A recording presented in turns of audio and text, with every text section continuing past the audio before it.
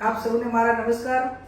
આપના માધ્યમથી હું આપ સૌને જે ભારતીય જનતા પાર્ટીએ અને સરકારમાં બેઠેલા લોકોએ ઉત્તર ગુજરાત હોય કે સમગ્ર ગુજરાત હોય એમને કરોડો રૂપિયાનો કઈ રીતે ભ્રષ્ટાચાર કર્યો એ બાબતમાં હું આપ સૌનું થોડું ધ્યાન દોરવા માંગુ છું। પહેલા તો ભારતીય જનતા પાર્ટીનું નામ બદલીને ભારતીય ભ્રષ્ટાચાર પાર્ટી રાખ્યું હોત તો એ વર્તમાન સમયમાં હું માનું છું ત્યાં સુધી બંધ બેસતું આવે છે। થરાદથી કરીને અમદાવાદ નવો ભારતમાળા રોડ એ મંજૂર કરવામાં આવ્યો। એમાં બનાસકાંઠા જિલ્લાના થરાદ તાલુકો, લાખણી, દિયોદર, કાંકરેજ આ 4 તાલુકાના ખેડૂતોની જમીન એ જાહેરનામા પહેલા કેટલાક મોટા બિલ્ડરો હોય, ભાજપના નેતાઓ હોય અને ભાજપના કયા કયા નેતા છે બનાસકાંઠાના એમના નામો પણ અમારી પાસે છે। એમને ખેડૂતોને લોભ લાલચ આપીને સસ્તા ભાવે જમીનો ખરીદી લીધી। ખરીદ્યા પછી જે એનું નોટિફિકેશન કહે, જાહેરનામું કહેવાય, એ પણ ક્યાંક ને ક્યાંક અધિકારીઓ એમની સાથે ભળેલા હોવાથી પહેલું જાહેરનામું રદ કર્યું, વારંવાર જાહેરનામા રદ કર્યા અને એમને પૂરેપૂરું બિનખેતી કરવા માટેનો મોકો આપ્યો। જંત્રી 4 પ્રકારની હોય: ઉદ્યોગ, કોમર્શિયલ, રેસિડેન્ટ અને ખેતીવાડી। એમાં સૌથી ઊંચા ભાવ એ ઉદ્યોગની જે જંત્રી લાગતી હોય, ઉદ્યોગમાં જે જમીન કન્વર્ટ થયેલી હોય, બિનખેતી થયેલી હોય, એના વધુ પડતા પૈસા ચૂકવવા પડતા હોય છે। આ 4 તાલુકાની અંદર જે ભાજપના કાર્યકરો હોય, કાર્યકરો તો નહીં પણ મોટા માથાઓ હોય, એમને 70 વીઘાથી પણ વધારે જમીન એ ક્યાંક રાતોરાત ખરીદી છે અથવા તો જે ખેડૂતના નામે હતી એ નામે બિનખેતી કરાવીને એની પાસેથી કોરા ચેક લઈને એની સાથે ચીટિંગ કરીને કરોડો રૂપિયા આ રોડ નવો બનાવવાની અંદર ભ્રષ્ટાચાર આ વર્તમાન સમયની અંદર આ દરેક નાગરિકો અને અમારા બધાની સામે નજરની સામે આવ્યો છે। આ બાબતમાં ખેડૂતોએ અમારું ધ્યાન દોરતા એને વિગતથી ઊંડાણમાં ઉતરીને અમે તપાસ કરી તો એની અંદર 1500 થી વધારે વીઘા જમીન એ ખેડૂતોની કપાય છે। તો માત્ર ખેડૂતોને 1500 વીઘા જમીનનું વળતર 4 તાલુકાના ખેડૂતોને 50 કરોડ મળે અને જે બિલ્ડરો છે એમને જમીન ખરીદી અને બિનખેતી કરાવી દીધું ઉદ્યોગમાં તો એમને 350 કરોડ મળે। એટલે ક્યાં 1500 વીઘા જમીન અને ક્યાં 70 વીઘા જમીન। આ તો માત્ર બનાસકાંઠાની વાત છે। આ જે જમીનનું જે ચૂકવણું કરવાનું થાય એ જે ઉદ્યોગમાં જેને પણ જમીન કન્વર્ટ કરાવી એનું લિસ્ટ પણ અમારી પાસે છે।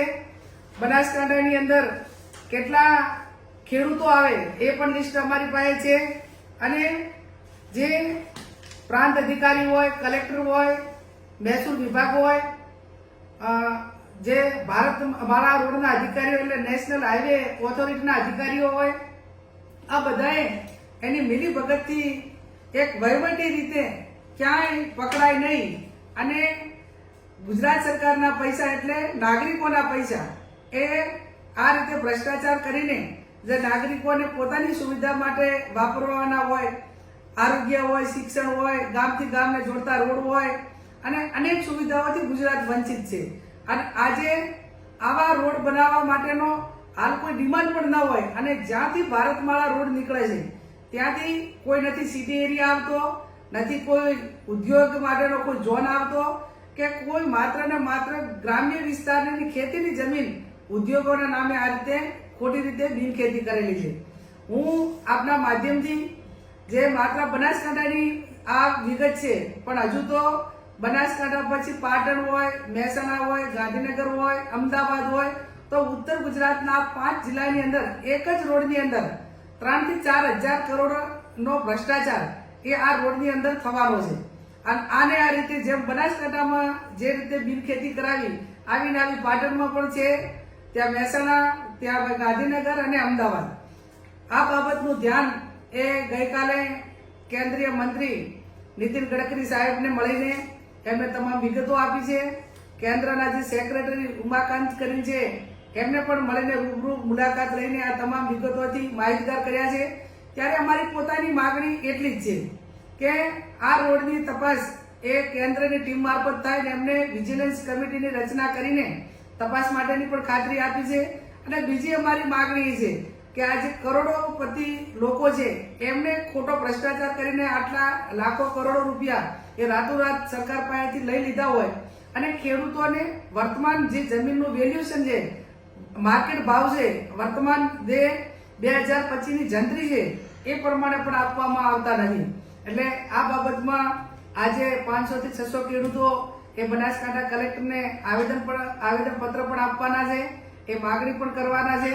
અને માગણી કર્યા પછી અમે અપેક્ષા રાખીએ છીએ કે આવા રોડ બનાવવા પાછળના જે કરોડો રૂપિયાના ભ્રષ્ટાચાર છે એને રોકવાની જવાબદારી એ સરકારની છે.